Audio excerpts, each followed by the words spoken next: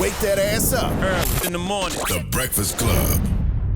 Yep, it's the world's most dangerous morning show, The Breakfast Club. Charlamagne the God, Angela Yee. We got a special guest on the Zoom right now. She is the host of the Straight Shot No Chaser podcast on the Black Effect iHeartRadio podcast network.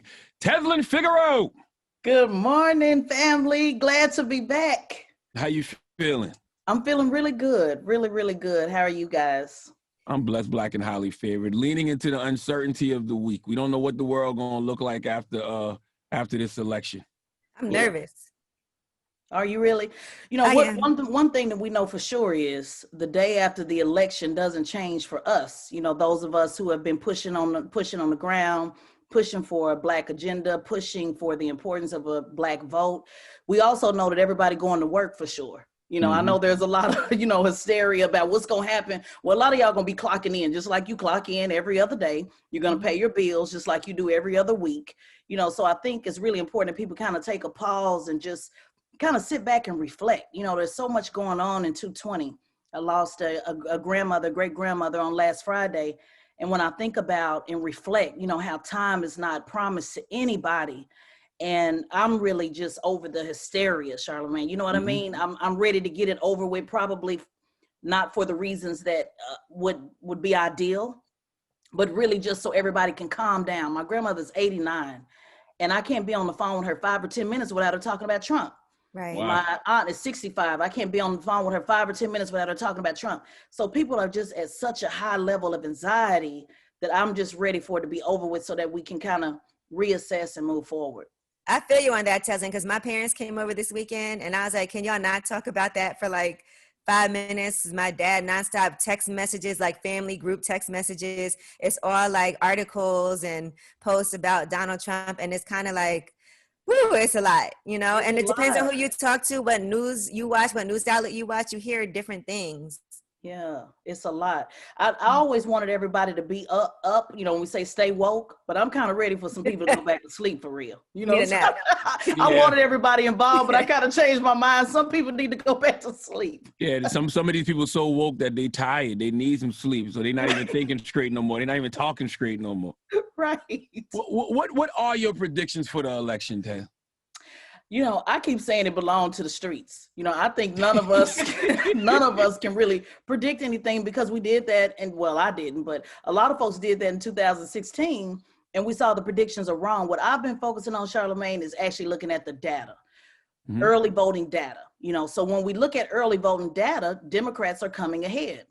There's a conversation saying that Pennsylvania, the Black vote needs to get out, needs to do more. # we will not be blaming Black men, and we certainly won't be blaming Black voters. But when I look at the actual data, Democrats, they putting in work. I believe the last time I looked, it was over between 50 and 60% of those in Pennsylvania, with only a little bit over 20% of Republicans. Does that mean a flood won't come in between today and tomorrow? Does it mean that people won't show up on election day? Of course, there's still that possibility. But based on the data, Democrats are coming ahead. But we can't just assume that everybody's a Democrat and votes Democrat. What if some of these Democrats on board with Trump? What if the 20% of the Republicans you see turning in ballots in Pennsylvania, what if they riding with Biden? So we can't take things for granted. And that's what the biggest lesson of 2020 is, which we still didn't learn in 2016, is that no vote can be taken for granted at any time. So I'm just not predicting anything, except I know on the 4th, the day after, I'm getting back to work doing the things that I've been doing for the last 20 years. Now, some people think by the 4th, we'll already know the outcome, but of course, there's still going to be ballots that have to be counted, right? So can you break that down? Like, when will we know who won the election? Sure. You remember in Iowa during the Democrat primary when there was a big mix-up about who won the election? We still don't know.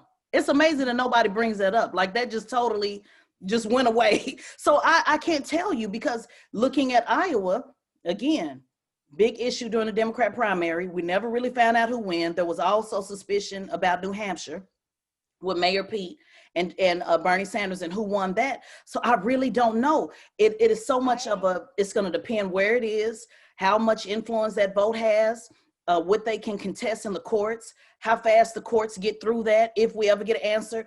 If it is decidedly won by either Trump or Biden, we can kind of go on with our lives and let them flush all of that out. It's really going to come down to how close it is where that state, where it actually happened, on how we're going to be able to move. So I'm hoping for a decidedly win, a straight up landslide, no question about it. This is the winner, so that we can kind of move on. But I think we all agree that no matter what the result is, if it's not in Trump's favor, he will be contesting it. I think we all know that for sure. We don't know nothing else. Yeah, regardless of the outcome, and you've mentioned this a couple of times, like, what should Black people be doing after this election? Because that's what I think people don't understand. Regardless of who wins, Black people still going to be in a certain condition in this country. What should we be doing after this election? That's absolutely correct. Speaking from my good brother, Killer Mike, about planning, plotting, strategizing, organizing. Also, our Black Party, which is a group, that a lot of us have tapped into to support. That is an organization that is a PAC, a nonpartisan organization that is focused on a Black agenda. Ballot down candidates, really important. We're putting Black folks in office, but not just Black because you're Black, but those who are actually supporting the agenda. That's a good organization. Mm-hmm. I think people really need to connect to something. It's kind of like after the election, that high goes down, and we never really capitalized on it after 2008 and 2012. People just celebrated. They drank the champagne, and then it went flat. That's right. So when you look at Florida, which is my political stomping ground, just using that as an example, when those folks, just kind of went flat and started celebrating, it is why Andrew Gilliam wasn't able to still win. Like, that matters. He came close, but it would have been so much closer if the Democrat Party had invested in candidates, in the Democrat Party, if they invested in operations on the ground. The hard truth of the matter is Florida is now an issue because you don't spend money with Black media. You do not spend money on Black consultants. You do not, invest in the hood per se, to get actual organizers on the ground. Be quite honest with you, Mike Bloomberg during the Democrat primary was one of the few that actually invested, that was giving people money in their pockets on the street to go out and push his campaign. But obviously he didn't make it through the Democrat primary. So those types of things have to happen year over year over year in order for it to push up to the top. And so I'm hoping that you just latch on to something. You don't have to agree with my position. You don't have to agree with our Black Party or what Killer Mike says or whoever's out there, but latch on to something, because if not, then you lose that adrenaline. And we have to start all the way over in another 4 years, all the way from the start. So one thing Trump has done is woke a lot of folks up for sure. It may have been a splash of cold water, a way you don't want to wake up. It wasn't a gentle wake up, but it was a splash of cold water. And so I'm hoping that people really get involved the day after. How do you explain these hip hop artists like a Lil Wayne or a Waka Flocka who are coming forward and putting their support behind Donald Trump? What I explain, if you really want to know the honest truth, I've been talking about hip hop and politics for the last decade plus. And I was told by elected officials that it was a waste of time, that nobody pays attention to that demographic, nobody listens to hip hop artists and so forth. I ran for office for about 3 months and immediately got off the ballot. But when I ran for office for 3 months, I involved hip hop in my campaign, from music to outreach to really going towards that demographic that is not, quote unquote, the super voter. I have always said that if you ignore a certain demographic for too long, they're going to show out. Let's just look at any relationship. You don't take care of your woman. You never take her out. You never spend money on her. Your sex is trash. Well, eventually, at some point, what is she going to do? Either leave you or she's going to step out. That is the reality of all relationships. So when you look at a demographic that has been ignored year over year over year over year over year, and some of these rappers, I'm just going to keep it all the way real, straight shot with no chaser, these candidates have said they were going to call them and make a connection, and they didn't. Now, I'm not going to throw out folks' names because it's their business to tell. But when you do that, people start feeling some type of way. You can't just keep ignoring a certain demographic and say, oh, well, ain't nobody listening to Lil Wayne, ain't nobody listening to Ice Cube. Well, why is it that they've been trending for days? Somebody listening to somebody. You can't ignore somebody that has a reach to touch millions of people and to make people react like that. What Al Sharpton is saying, and this is no disrespect, I'm just keeping it real. Al Sharpton, what he's saying is not trending. What a lot of these commentators are saying are not trending. What Jesse Jackson said is not trending. What the NAACP president said is not trending. So why is it that Cube and Wayne and 50 Cent, why were they able to make it trend? That says something about they get a reaction from influence. And so when you ignore that demographic, it's not about Wayne and 50 Cent. And I know people gonna say, oh, Wayne just doing it for himself. Okay, maybe so. Put your thinking cap on. This is outside of Wayne and 50 Cent. I'm talking about a certain sector of people that have been looked down upon by operatives. And I know this based on what I know, not what I heard.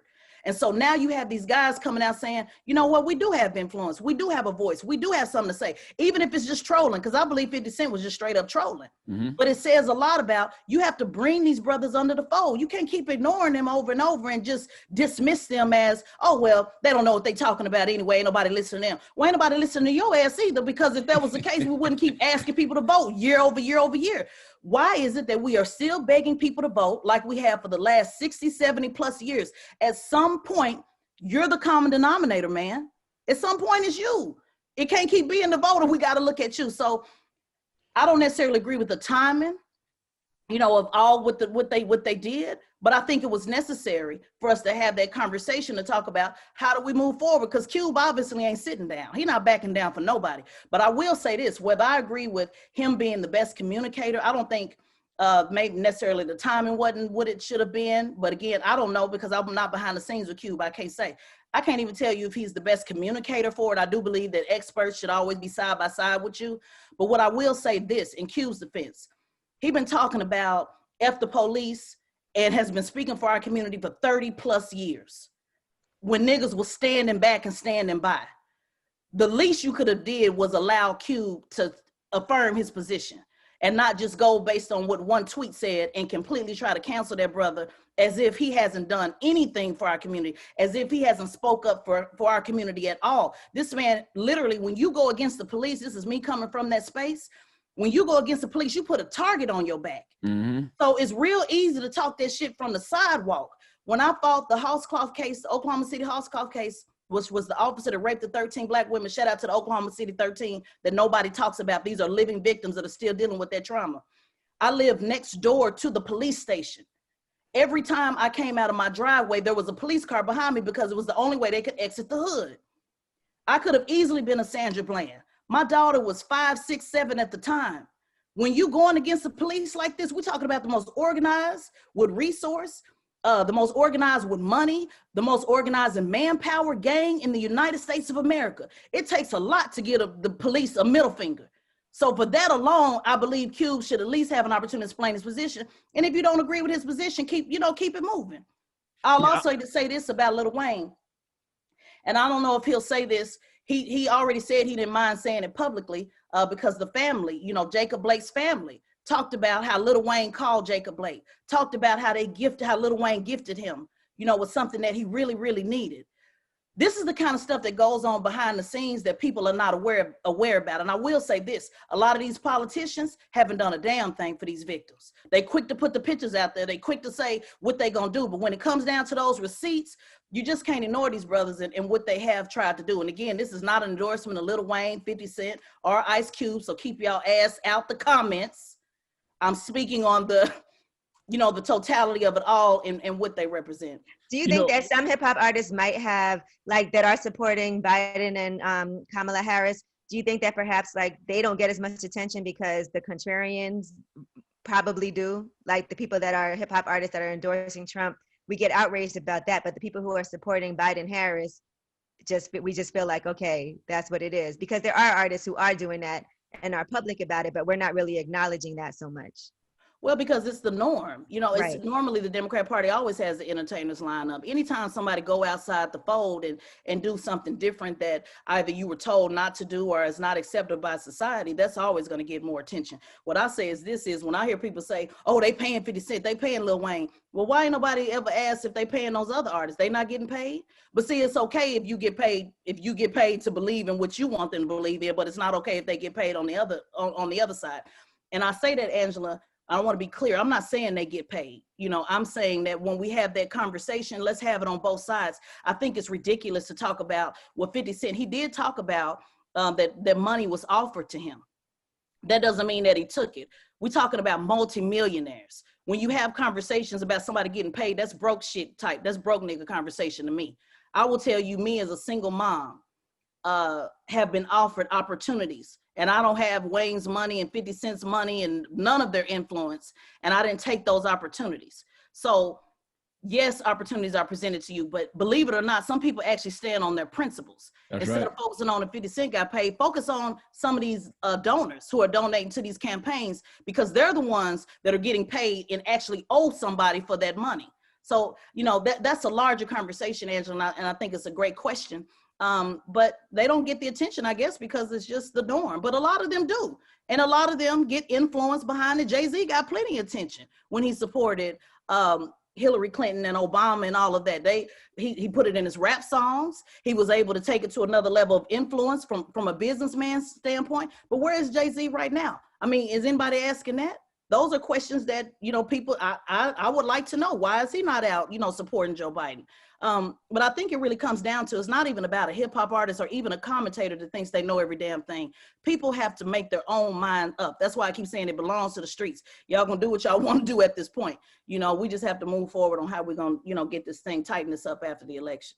Yeah, I'm all for Black people thinking freely about their politics, even if I don't agree with their politics, because I just feel like we've been too predictable for too long. So I like the shakeup. Yeah. You know what I mean? I think that's going to benefit us in the long run. And, you know, to the whole Cube thing, we never give Black people the same grace we give white folks. They'll cancel Ice Cube in 2 seconds, but tell you how dare you speak on Joe Biden's record. Why do you think people think you can't critique Joe Biden and still support that ticket, Tez? I think we have just got to a point where logic has went out the window.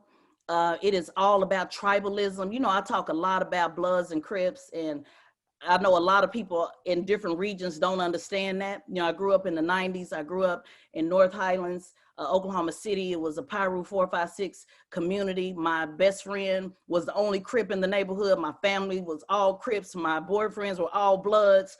And it really reminds me of that tribal, you know, I feel like on Instagram, people are coming up to me saying, break yourself, what set you claim? You know, it's like there's a mindset that nothing can be questioned. You know, both things can be true. I can still support Joe Biden and Kamala Harris and still critique the crime bill. We are just in a place where all thought is out the window, all logic is out the window. It is clear, it is a matter of, you remember when colors came out. It's just like, do you have on blue or red, period? No other conversation about it. Mm-hmm. And even in the 90s, they didn't make me make a choice like that. The big homies ride with me right now, those same G's, and they never made me make a choice. So for me, if I didn't have to make a choice when my life was on the line, why do you think I got to make a choice? Because what somebody say on Instagram, some anonymous avatar on Instagram. But we've just gotten to a place of just ridiculousness, just to be quite honest with you. That's why I'm so ready to get this shit over with, so we can really have, you know, full conversations. The fear is motivating people on a level of anxiety. You talk about anxiety all the time, and you have to do something with that fear and that anxiety. And that's the only way that they know how to do it. You must be against, you know, you must be against them. You must be for them. And it's a mental thing, Charlamagne, for real. A lot of people just really want to put their head in the sand and get this shit over with, because they don't want to have to deal with the real problem, the real root. You know, you're made up different. So you hit controversy head on. You're the king of controversy is what you would say. You don't have a problem asking the tough questions. So your mind is wrapped up a different type of way. When I went to the military, I went to be a security police officer, not LE. I didn't lock folks up. I was a M60 gunner. My mind is wrapped up to go to the fight, to go to the fire. But most people are not like that. Most people just want to get this shit over with and move forward. And that's their best way of responding to that fear, is to shut people down because they're afraid.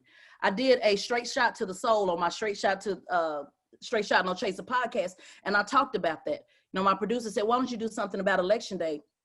And my message was, what are you going to do with that fear after it's said and done? We love the idea of allies. You know, I tell people, I'm not looking for allies. I'm looking for straight shooters, straight up frontline soldiers, like in the Bible. Gideon had 300 in the army. Allies get to change their position all the time. In the hood, back in the gang days, it would be called a buster. 1 minute you a Crib, next minute you a Blood. You show up at the picnic with all your airbrush shit on, but then when it's time to go put in work, you know where to be found. Those are allies. Those are sympathizers. We have to get to the place where this is about soldiers. And when you are building an army, Charlamagne and Angie, when you're building an army, it's not for everybody. It's not designed for everybody. Like, be okay with standing in your position and everybody attacking you and you still moving forward. When I went to Air Force basic training, I made it through basic training, but then when I went to security police school, they said, hey, we don't push nobody through. In order to get that beret, their job was to knock you out the game. That is how we have to look at politics. This idea, let's all be unified. Black people all got to be on the same page. No other community does that. No other community does that. They take over our communities. They take over different establishments that they own, other ethnicities, and they don't sit around saying, let's just have one big shop, they monopolize it. We can still be unified and have our own armies that are pushing different agendas. And whoever pushes the agenda first and gets there first is the winner. As long as it is collectively for Black people, I don't care what side that you're on. As long as it's about collectively pushing the line for Black people, we all win. Let's stop arguing about we all need to be on the same page. I think that's just a waste of time. One thing we see with Donald Trump right now, though, and I will say this, what makes him even more dangerous, though, is that he can't accept any criticism or anybody telling him, hey, you know, that's wrong. You shouldn't have done that like that. And even what we just saw recently with the Trump trains and how they surrounded the campaign bus for Biden and Harris and tried to run them off the road. And he encourages that type of behavior. So what do you think is going to happen? Because people are looking at this like after Election Day, there's going to be all kinds of riots and violence. Do you think that is potentially a strong possibility that that will happen? Sure. I mean, anything is a possibility. I don't think that, to be honest with you, we had a show on my show talking about that. I don't think if it's riots, I think it will be coming from the right, to be honest with you. I think it will be something to make it appear as if the left is doing it. Because I'm going to be honest with you, most people ain't just about their life. I mean, they're just not. You know, they talk that shit on Instagram and Twitter, and, you know, they say, oh, I'm going to be ready, I'm going to do this and that. But these are the same people that won't even stand up to their HR supervisor, you know, and demand a longer break. Let's just keep it 100. It's a lot to say behind the scenes, but when it really comes down to it, people ain't about their life. If Trump supporters want to follow somebody, go follow them in the hood, like that other video we saw when they went to the hood in Fort Worth and tried it. They got ran out the hood. I think people know who they can intimidate and who they cannot. And I think that's always been in the mindset of any warrior. Any warrior knows who they can play with and who they can't. So sure, you know, there might be unrest just to play into the narrative. I don't think that it will be the left that starts it. I really don't. And I think for the most part, this idea that, oh, everybody in the country just about to go crazy and it's about to be some civil war. I see that shirt a lot that says, I'm not my ancestors. And I take offense to that a lot. Me too. Because I know the idea of saying, you know, I'm not going to play that, I'm this and that. But what the ancestors went through, we ain't built like that. We're not built to, you know what I'm saying? Like, let's just keep it real. You're not built to jump off no ship. You're not built. There were enslaved folks that fought and had rebellion. You're not built like that. Most of y'all going to take your ass to work at 8 o'clock and be typing on your phone on Instagram. When we tell people to walk off their job for just one day, they don't do it. We can't even get folks to boycott for longer than 24 hours. So the idea that it's going to be this major, you know, across the country civil war type thing, I just don't think we're built like that. Could there be violence? Absolutely. But most folks going to be on their job, Angela. I mean, let's just keep it real. They're going to be on their job because they got to pay their bills on the 15th. Yeah, you know, Plies said something interesting. He said that, and I'm paraphrasing here, they will not start taking Black people serious until we go out there and start exercising our vote the right way. You know, I don't know how I feel about that, only because Black people have been blindly supporting Dems forever. So what do you think it will take for them to really start taking us serious when it comes to being a voting bloc? You know, this is a question that I've really been struggling with. You know, the thing that happened with Trump is them really having to pay attention. Like right now, you know, we've been telling them about Black men and the importance of Black men. And now at the 11th hour, oh, hey, what about Black men? You know, but I was talking about that way before this election. And I think each and every time we get close to moving forward, and let's say Biden wins, there is a certain, people don't have to like this, and this is, again, not an endorsement of Trump. These are just facts. When Biden wins, if he wins, there's a certain sector in the operative section of politics that feels, okay, no matter what, we'll always still win. They don't do the smart thing and say, hey, we came close, and I can't afford to get this close again. Going back to the relationship analogy. If I take you back, it doesn't mean that you get comfortable. It means you really supposed to be on top of your game. That's right.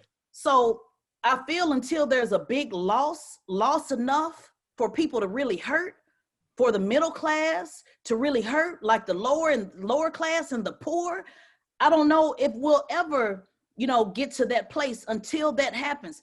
America and humans are very self-involved. They're self-centered. Just like they say, oh, Wayne is doing it because he's self-centered. Well, you self-centered too. Most people, what do we say? Self-preservation is first.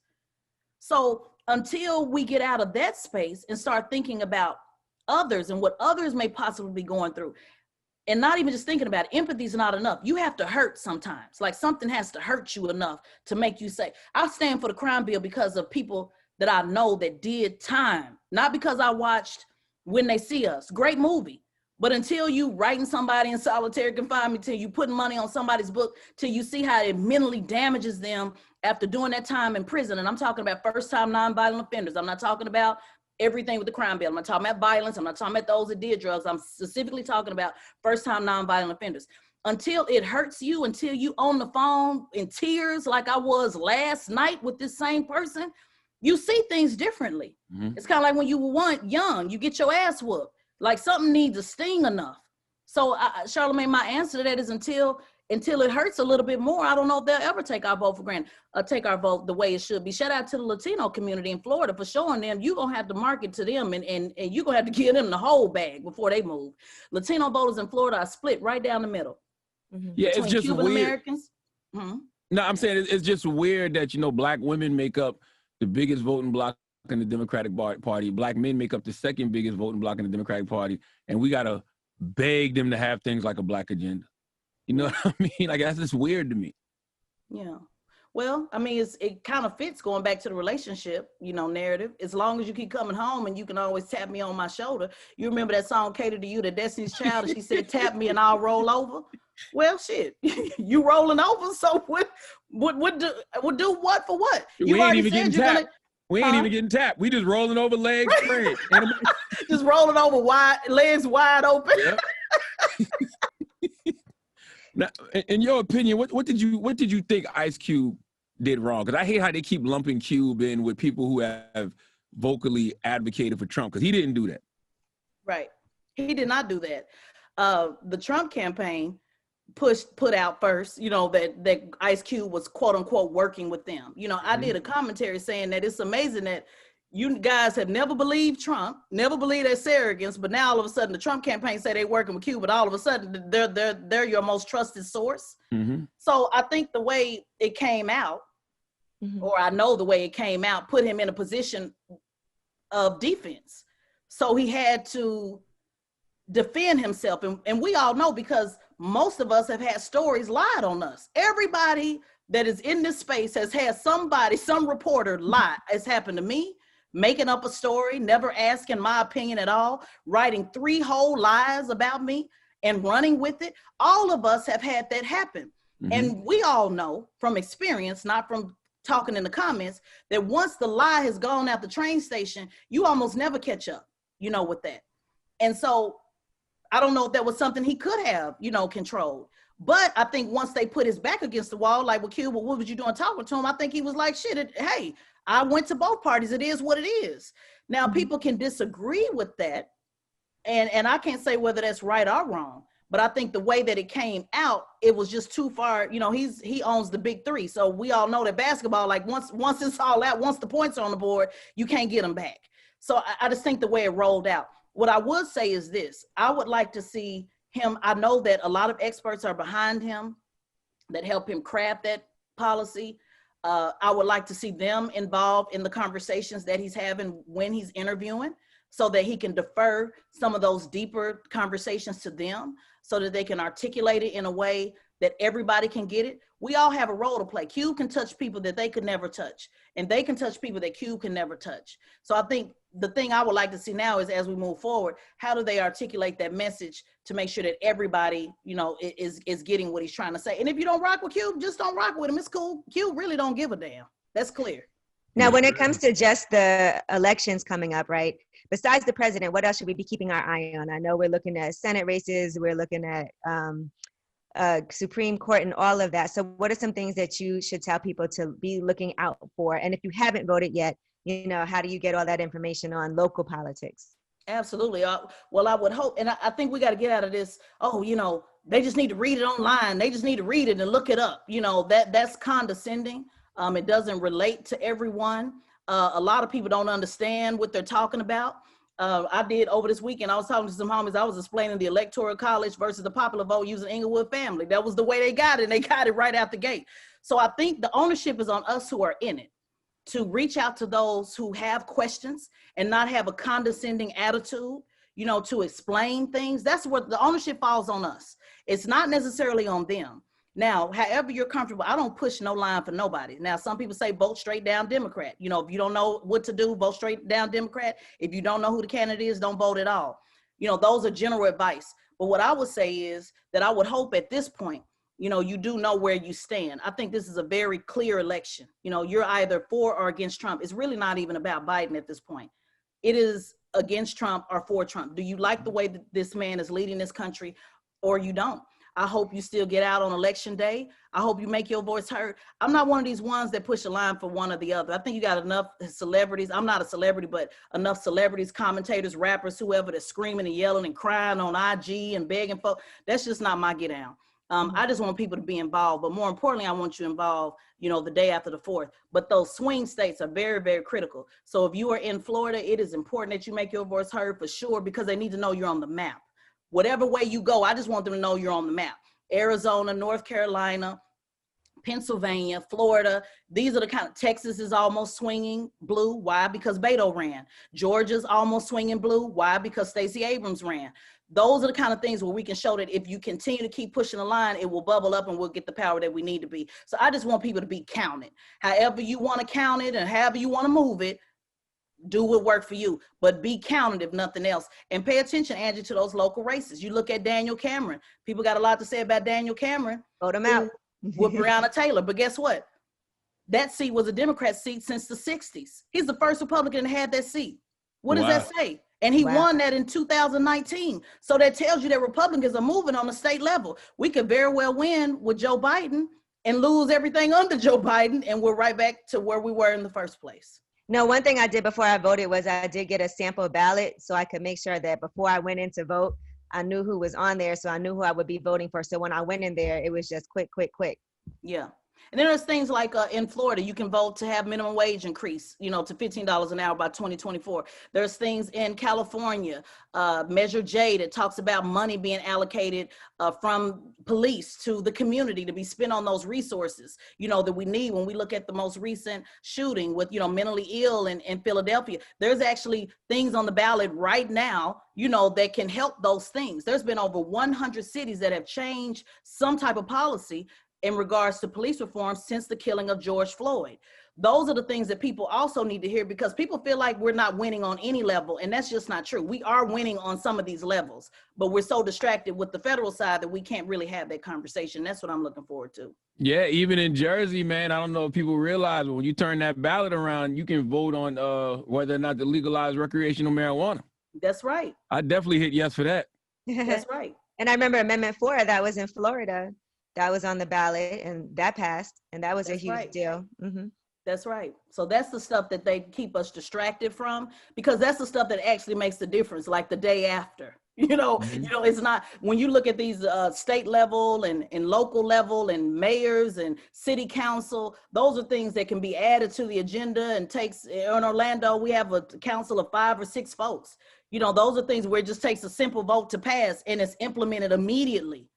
And so we have to really start doing that. I'm hoping that you guys will continue to keep pushing the line. I thank you for at least being the most politically involved, AM station, not AM, FM, just across the board. We're keeping these conversations going. I know you get a lot of slack for it, but the reality is somebody got to have these conversations, and I'm hoping and that you got, well, I know you will, but I'm looking forward to you guys continuing to have it, and hopefully we can get a Southern strategy together so that in 2024, the first quarter, we can start negotiating what needs to happen with Black folks, because that is our most in critical time, the Democrat primary in first quarter, not fourth quarter. Fourth quarter, we're in fourth quarter right now. It's about the Latino vote, and it's about white women, and it's about suburban. So our negotiating time, really what our biggest leverage was in the Democrat primary. And I'm hoping we get ahead enough of the game so we can have that real conversation next time around. I got one more question for you. You know, and it's in the vein of this. We had Jim Clyburn on yesterday morning. He said in the first 100 hours of Biden being in office, first 100 hours, he wants them to form a committee to see the impact of the 86 mandatory minimum sentencing, as well as the 94 crime bill. And once we know what the damage is, then Biden can atone for it. What would you like to see this administration do if they get in Biden-Harris? What would you like to see them do in the first 100 days? I would absolutely like to see that. I wish Jim Clyburn would have said that when he was endorsing him instead of just, we know Joe and Joe know us. See, that's the kind of thing that in politics that really that bothers me, Charlamagne, is because they hold these nuggets that I feel would be so critical that would have made a difference, so that we wouldn't have had to argue this last year about Joe Biden, had that been said in the beginning. But we play these, but this is no shade on him, I'm just giving you how I feel. We play these political games and say, well, let's not say that right now. Let's just get them in and then let's say it later. But see, what happens is you've had us arguing like hell over the crime bill when that should have been said out the gate so that it wouldn't be so hard now. That's right. So of course I want to see that. Of course I want to see immediate accountability, not this game of whatever it is. I want to see economics. I want to see a lot of Mike Bloomberg's policies that he pushed. What about adopting some of his policies? He talked about black businesses. They never talk about black business at all. Like, it's almost like we don't even exist. You know, I want to see that happen. I want to see healthcare reform. I also want to see more opportunities on the state and local level. There's a lot of, I really want to see their messaging just change. When you talk about, and I'll say this and shut up, but when you talk about state level, county, Medicare, or basically like a Medicare for all, Harris County has a county medical plan. I broke my ankle last year this time. One day in the hospital without even getting my ankle fixed, I had a $27,000 bill. Ooh, damn. For one day, and I got the receipts to prove it. That wasn't even fixing the ankle. Had it not been for a county assistant program, because I'm self-employed, I'm a single mom. So on paper, I don't know what people think, I'm not rich at all. I was able to apply for assistance to get my ankle fixed. I have somebody in my family that had a broken ankle, or a friend of the family that had a broken ankle, could not afford going to the hospital at all, and her leg was amputated because of the infection. Oh my God. Like, that's real shit like going on in people's life. Why don't they talk about that? Why don't you talk about how those types of policies, that's actually when you talk about Medicare for all. There's policies, it's called Harris Health in Houston, Texas. There's actual policies like that. My friend, you know, Charlamagne, I talk about all the time, paralyzed in LA. He's under a program called LA Care. That's a Medicare for all type policy that is on the county level. This man has went through rehab, has been able to get shelter for the last 2 years under a county program. When we start talking about that, then it makes sense to people. And that's what I want to see. I want to see them really engage with their state and local and work in a coordinated effort and start supporting some of these Democratic candidates. Florida is not doing well because they don't support the candidates. The black candidates specifically, the Democrat candidates specifically. They always show up and help because it's just the right thing for them to do. But I know for a fact they do not invest, and they have to do that. Y'all remember when Stacey Abrams, we all were on every outlet, MSNBC, Fox, CNN, everybody was saying support Stacey Abrams. For those who are listening, there was a reason why we did that. We did that because they were not supporting Stacey Abrams until we pushed the line and made them support Stacey Abrams. Andrew Gilliam. I remember when nobody knew who he was, and then he came to y'all show and it all switched up. That's what this Democrat Party needs to do. From Jen Clyburn on down, it's not even about Biden. It's about these leaders who have been in office 30, 40, 50 years. They know the right thing to do. They just need to start doing it. Word. Her name is Tezlyn Figaro.